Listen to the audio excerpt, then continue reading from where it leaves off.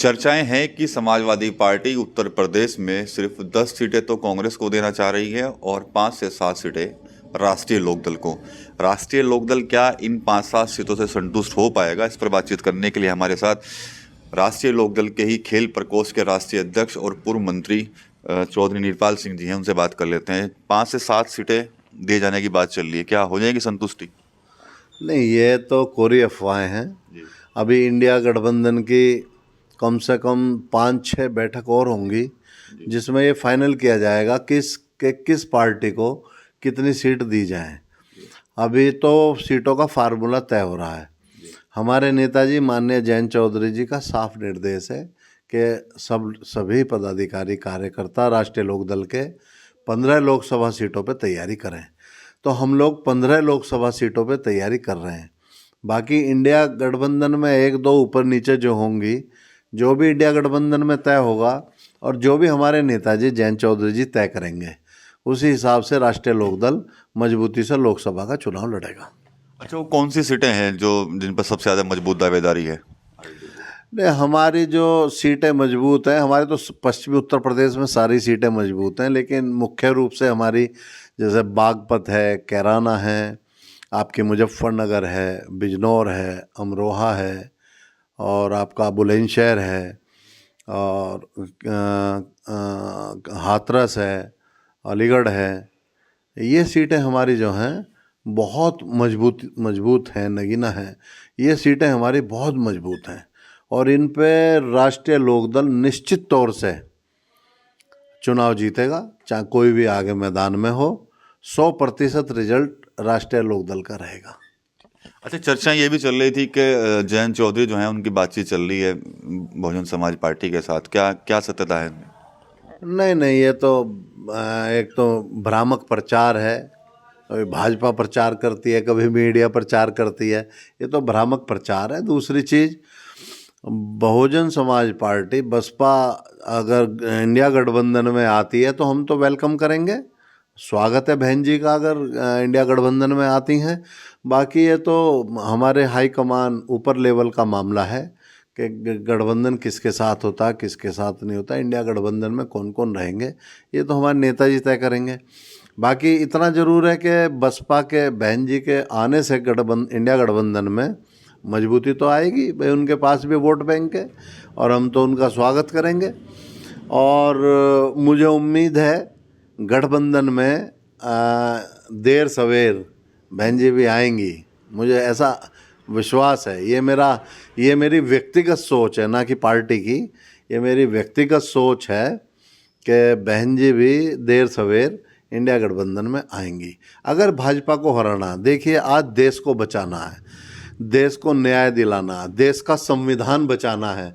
अगर आप देश का संविधान बचाना चाहते हैं, किसान मजदूर गरीब नौजवानों को आप न्याय देना चाहते हैं और देश को तरक्की की तरफ ले जाना चाहते हैं और इसे किसान प्रधान देश बनाना चाहते हैं, तो भाजपा को हराना पड़ेगा। और भाजपा को हराने के लिए सब लोगों को एकजुट होना पड़ेगा। अपने निजी स्वार्थों को छोड़ के, मतभेदों को छोड़ के, मनभेदों को छोड़कर सबको एक होना पड़ेगा।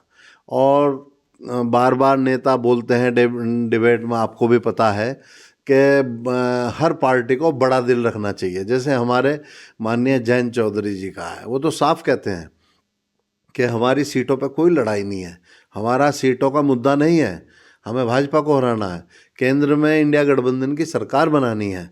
तो सीटों का 1-2 ऊपर नीचे मिल गई, सीटों का नहीं है। मेन बात है, जैसे राष्ट्रीय लोकदल जनता के बीच में जा रहा है, हम जनता की आवाज़ बनकर आज सड़कों पर हैं। हमारे नेताजी जयंत चौधरी जनता के बीच में जा रहे हैं, उनका दुख दर्द सुन रहे हैं, किसानों के बीच में, बेरोजगार युवाओं के बीच में उनका दुख दर्द सुन रहे हैं। आप देखिए कितनी बड़ी उपलब्धि ये हमारे राष्ट्रीय लोकदल की है और हमारे नेता जयंत चौधरी जी की, कि जब ये 64,000 की भर्ती, अब 62,000 64,000 की भर्ती निकली है पुलिस भर्ती, तो उसमें जो पहले अभ्यर्थी थे उनकी तो आयु निकल गई क्योंकि 5 साल बाद भर्ती हो रही है। लेकिन जब ये एकदम ऐलान हुआ कि इतनी भर्ती होने जा रही है और हमारे नेताजी को पता लगा, जयंत चौधरी जी को, और कुछ युवाओं ने उनसे जो है इस बात का अनुरोध किया कि आयु सीमा बढ़नी चाहिए, तो तत्काल एकदम एक्शन में हमारे नेताजी, पूरी पार्टी को दिशा निर्देश दिया गया कि हर जिला मुख्यालयों पर धरना प्रदर्शन और ज्ञापन दिए जाएं। और क्या नाम, विधानसभा पे लखनऊ में भी धरना प्रदर्शन किया गया, मांग की गई।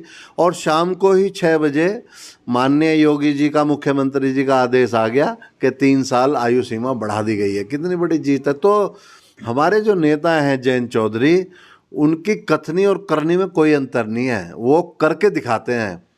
और मैं आपके चैनल पे बड़ी जिम्मेदारी से कहना चाहता हूँ कि जिस दिन हमारी केंद्र में सरकार आ गई, उस दिन ये अग्निवीर योजना भी समाप्त होगी। जो पहले वाली योजना है आर्मी में, वो ही लागू की जाएगी। और ये अग्निवीर योजना का सबसे पहले विरोध हमारे नेता माननीय जयंत चौधरी जी ने किया था कि इन युवाओं के भविष्य से खिलवाड़ क्यों कर रहे हो। जैसे पहले होता था, आर्मी देखिए हमारे देश की रक्षा करती है, हमारे देश का गौरव है, हमारे देश की आर्मी। उसी से ही आप 4 साल की नौकरी, मतलब आर्मी को ही आप संविदा पे कर रहे हैं, तो फिर रह क्या जाएगा इस देश के अंदर। आर्मी के साथ खिलवाड़ ना किया जाए। राष्ट्रीय लोकदल मजबूती से चुनाव लड़के आपके केंद्र में सरकार बनाने जा रहा है और सब लोग मिलजुल कर एक साथ होकर चुनाव लड़ेंगे।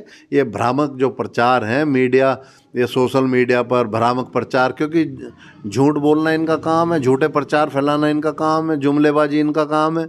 तो ये लोग जो झूठा प्रचार करते हैं, इन पे ध्यान ना देकर आप देखना परिणाम क्या आएगा। बहुत मजबूत परिणाम होंगे। और जयंत चौधरी जी आज बहुत बड़ी ताकत बनकर उभर रहे हैं। राष्ट्रीय लोकदल बहुत मजबूत हुआ, हर किसान, गरीब, मजदूर सब भाजपा का विकल्प राष्ट्रीय लोकदल को देख रहा है कि राष्ट्रीय लोकदल आए तो इस देश का, प्रदेश का उद्धार होगा, किसान को न्याय मिलेगा, किसान की आमदनी बढ़ेगी, युवाओं को रोजगार मिलेगा। तो ये थे चौधरी नीरपाल सिंह, जिन्होंने खुलासा किया है कि 10 से 15 सीटों पर दावेदारी है पश्चिमी उत्तर प्रदेश की, लेकिन गठबंधन की जब मीटिंग होगी, सीटों का फॉर्मूला तय होगा तो 1-2 सीट ऊपर नीचे हो सकती है। उन जगहों के नाम भी बताए हैं जहां पर राष्ट्रीय लोकदल सबसे ज़्यादा मजबूत है। इसके अलावा अगर सरकार बनती है और इंडिया गठबंधन की सरकार आती है तो कई तरह की जो चीज़ें हैं उनको भी समाप्त करने की बात जो है इनकी तरफ से कही गई है। TV9 यूपी के लिए सहारनपुर से विकास कपिल।